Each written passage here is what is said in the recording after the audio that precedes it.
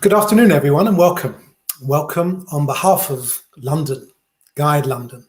And my name is Martinez, Pepe Martinez, and I'm one of 600 members of the Association of Professional Tour Guides, and we manage the Guide London live broadcasts and the Guide London website.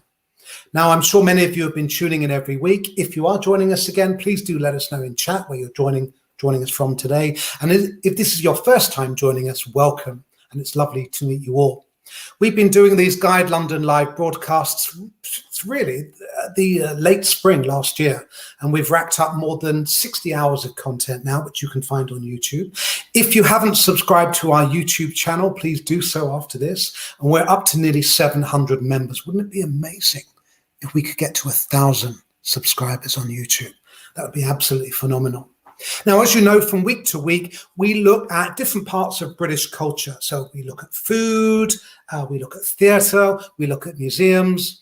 This week, we're going to have a look at literature, and we're going to meet one of the true icons of British culture. Now, we don't like to use that word icon too much, but it has to be said that James Bond truly is a British icon. Invented by the author Ian Fleming way back in the 1950s. But most people today, most young people as well, would know James Bond from some of those iconic films, more than 20 films going all the way back to 1962. Now, we're going to be joined by my wonderful colleague, Eddie, today, who's a bit of a James Bond expert, and he's going to be taking us through James Bond's London. So, Eddie, without further ado, over to you, and lovely to see you. Thank you very much. Well, thank you very much, Pepe. My name is Eddie Lerner, and I'm a founder member, actually, of the Association of Professional Tourist Guides, often known by the name of Guide London. For many years, actually, I worked as a tour manager, taking extended tours around the country, and we quite often start our tours at a hotel in Vauxhall on the south side of the River Thames. And instead of heading towards Westminster, we'd be heading out of town towards Stonehenge or Stratford. And just to break the ice, I'd ask people who worked in this famous building, which is coming up on the right-hand side. Well, not such a famous building, a big modern building. And it was rather anonymous looking. You can't see anything on the outside, which tells you what goes on inside there. But it's actually the headquarters of MI6. Anyway, I'd give people a clue as we were going around the one-way system of Vauxhall Bus Station. All I had to say was 007.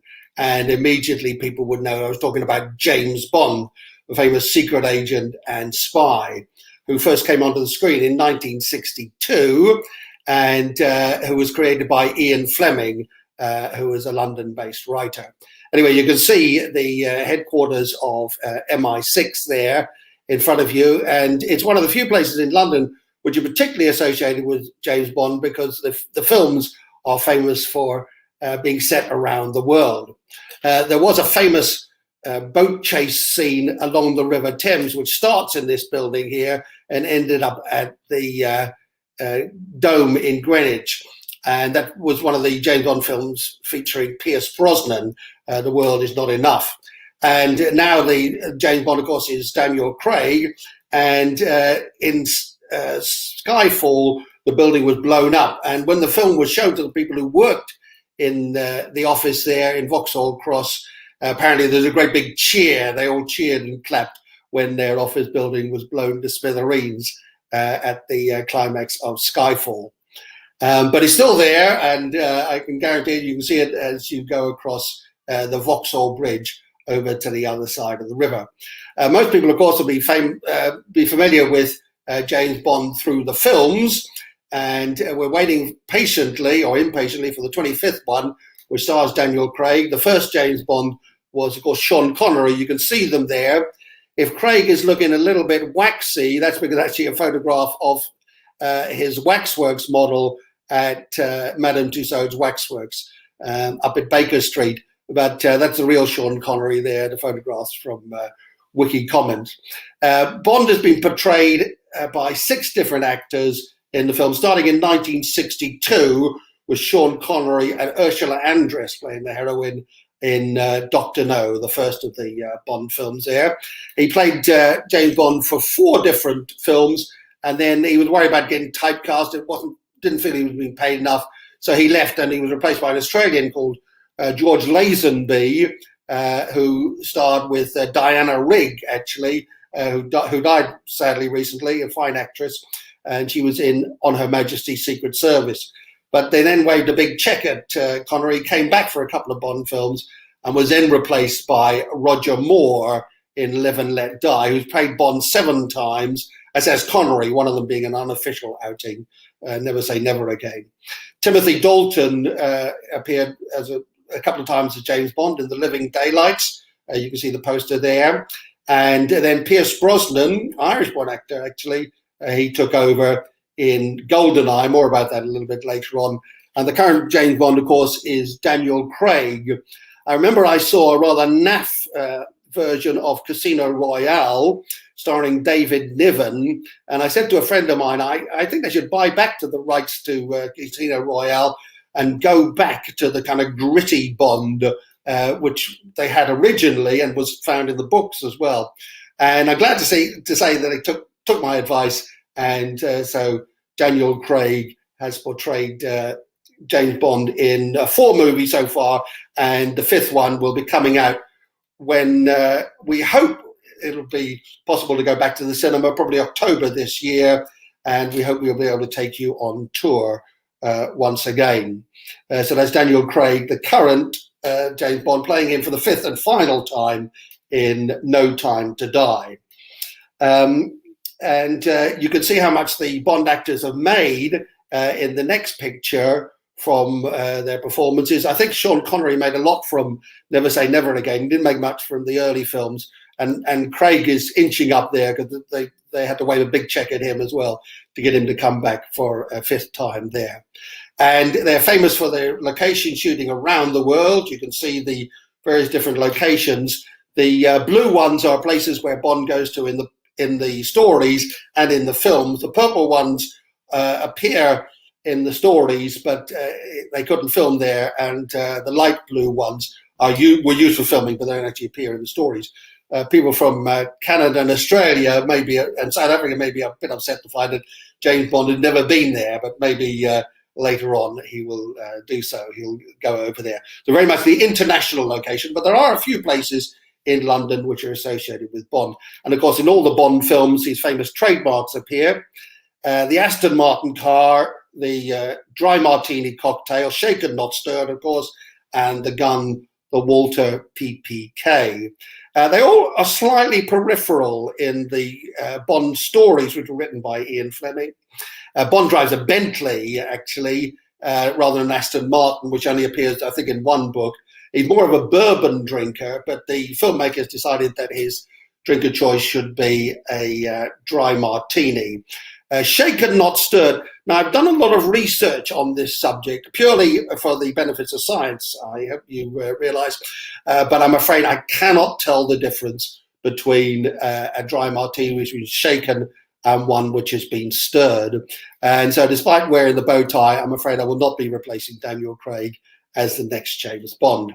The gun, originally Bond used a Beretta gun, but Ian Fleming, his creator, got a letter from a gun enthusiast who said that Beretta was a lady's gun and not a very nice lady at that, and persuaded him to change the gun. First of all, he had a Smith & Wesson, but that was a bit bulky, so he ended up with a Walter PK, which you see in all of the James Bond films there. So those are the famous trademarks of James Bond: the car, the cocktail, and the gun. There are a few places in London associated with Bond. This is where we believe he lived. There was a book written by William Boyd called Solo, which is one of the follow-up books. Kingsley Amis written a few of them as well to James Bond, and he reckons that Bond lived at 25 Wellington Square in Chelsea, just off the King's Road. And I'm grateful to my colleague and fellow guide, Clarissa, for that information and for those photographs as well.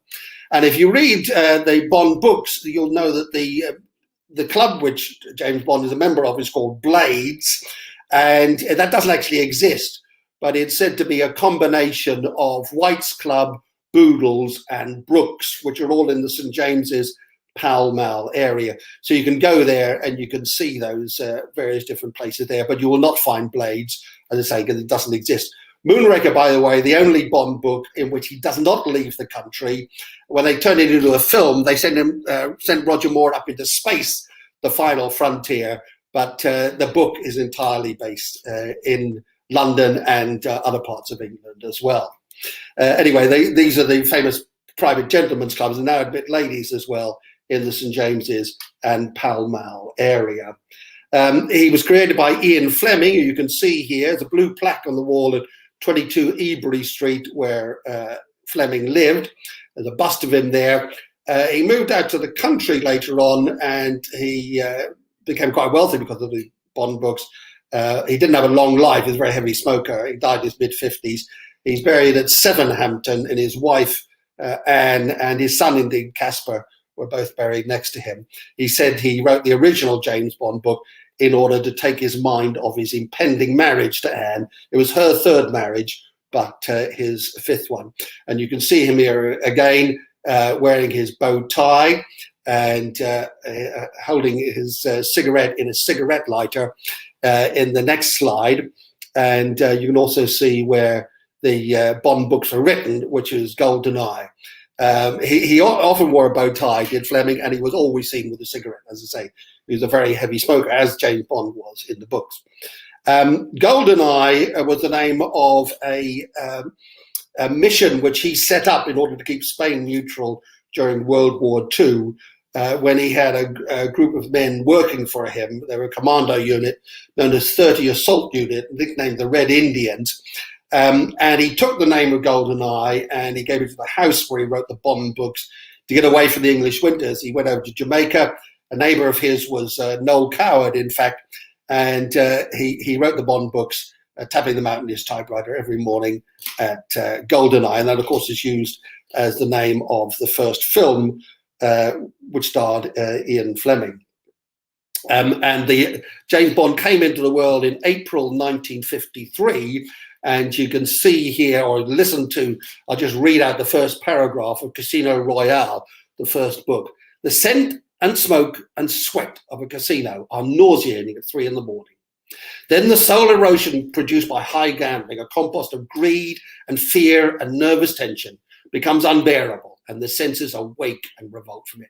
Whatever you think of James Bond, that is a great opening for a book, and it really reels you in. He wrote 12 James Bond stories altogether, and 2 volumes of short stories, the last of which were published posthumously after he died.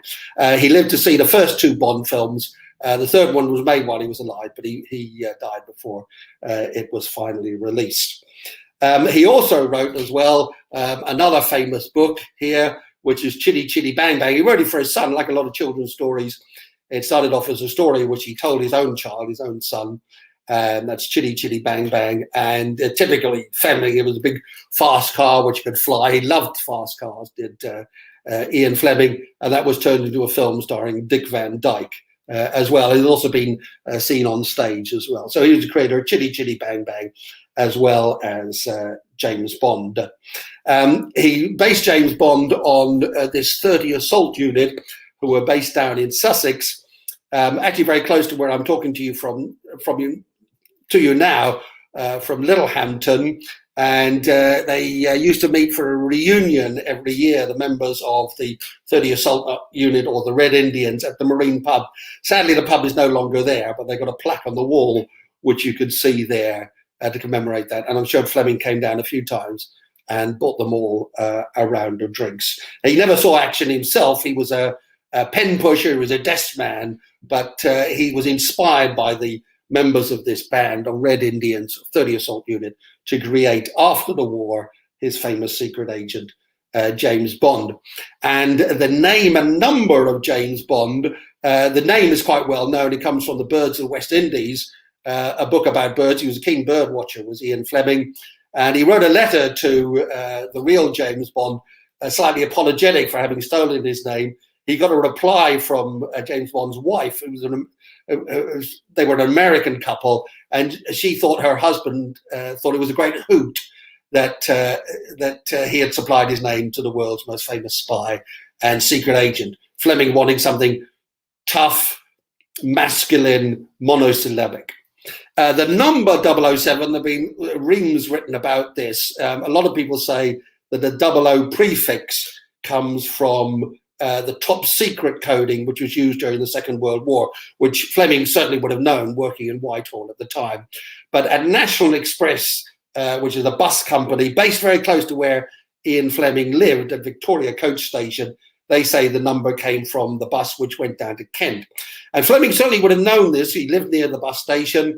He played golf at Royal Sandwich, which he passed on its route. As you can see from the sign on the bus there, its number is 007.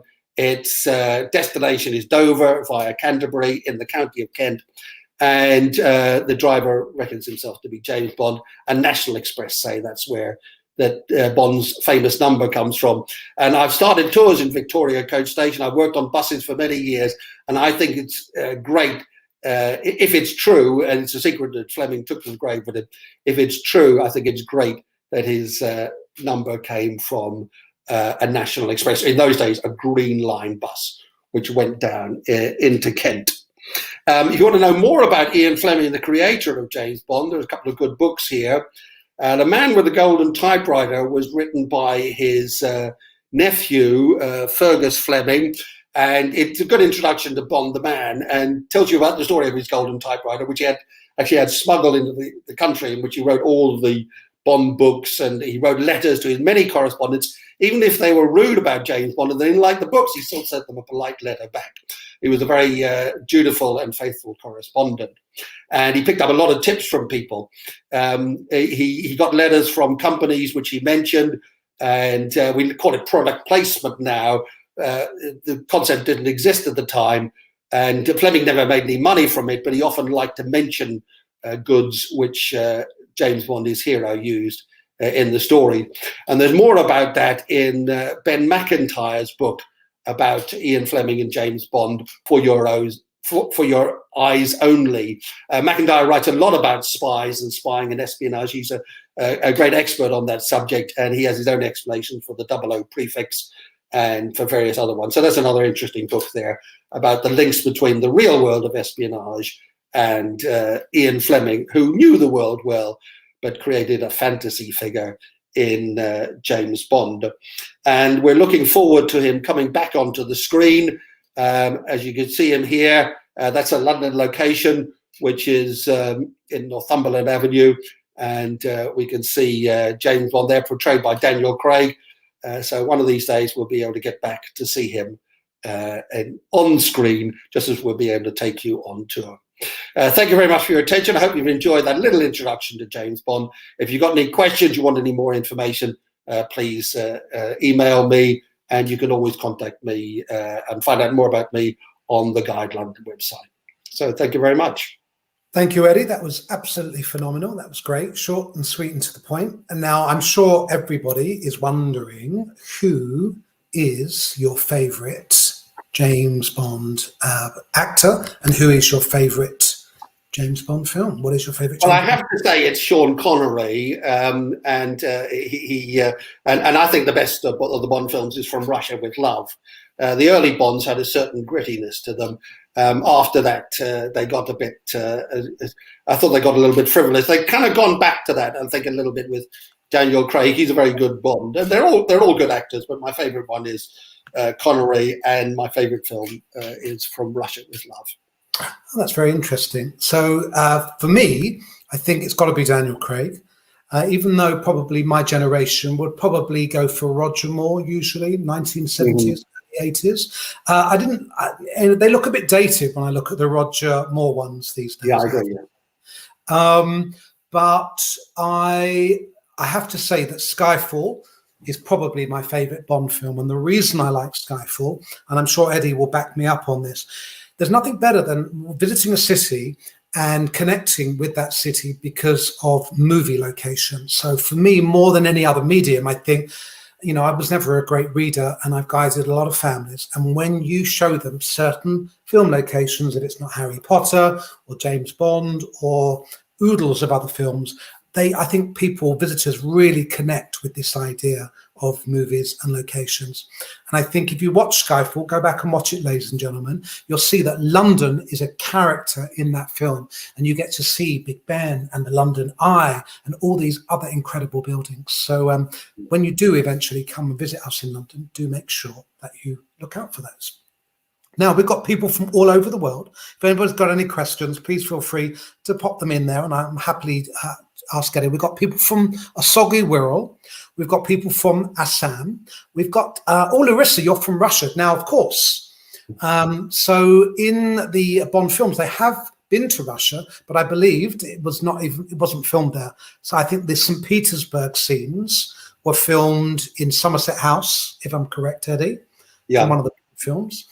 We've got Bodil from Norway. Nice to see you. She's one of our regulars. We've got people from Portugal. So we've got people from all over the world. That's absolutely incredible. Now, for those of you that are joining us for the first time, for those of you that perhaps have joined us before, you know we have a phenomenal website. It's called the guidelondon.org.uk website. You can see it on the screen now. And you can actually book a James Bond tour. It's one of our regular tours. So you just put the words James Bond in the search engine at the top here. And not only can you do a physical tour, we can also offer you a James Bond virtual tour as well. Now, it is worth pointing out that we don't think virtual tours are ever going to replace the real thing. But whilst travel restrictions are in place and we can't actually get out there to show you the real thing, perhaps a virtual tour might be the next best thing.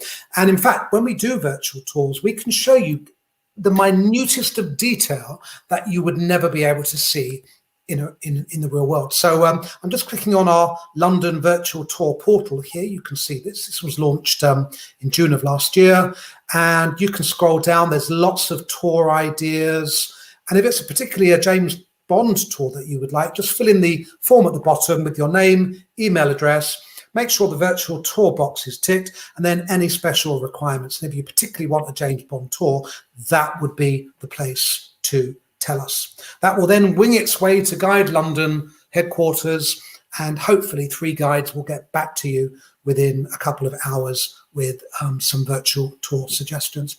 And as I said, we don't think virtual tours are going to replace the real thing, but whilst travel restrictions are in place, we think it's a very good way to keep London at the forefront of your minds and imagination. So hopefully that when travel restrictions allow, we can get out there and show you the real thing.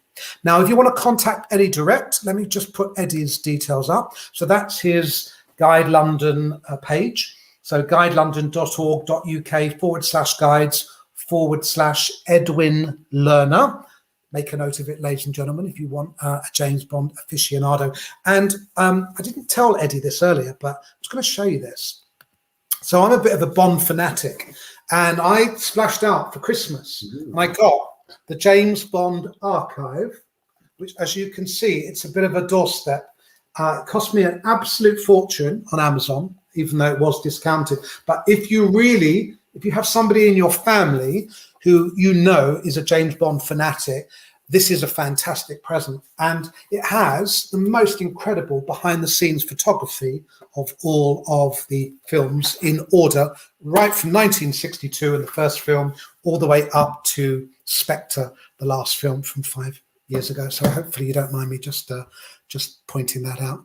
So Eddie, I'd like to say, if you're interested in finding out where films are made, there's a good website called movielocations.com, and you just type in the name of the film and the scenes, and they'll tell you any film made in the last 10 or 20 years. They'll tell you all the different locations. Of course. Why not maybe request a film locations tour when you come to London? Could be a good idea as well. Do that, yeah. So Eddie, thank you for joining us today. Ladies and gentlemen, it's been an absolute pleasure to bring this Guide London live broadcast. We'll be seeing you the same time next Tuesday at 4 o'clock. So set your watches. And don't forget, if you haven't subscribed to our YouTube channel yet, please make sure you do. We're very close to 700 subscribers. I think we get a prize if we get to 1,000. So stay well wherever you are, be healthy, and we look forward to seeing you next week for our next live broadcast. Thank you and goodbye.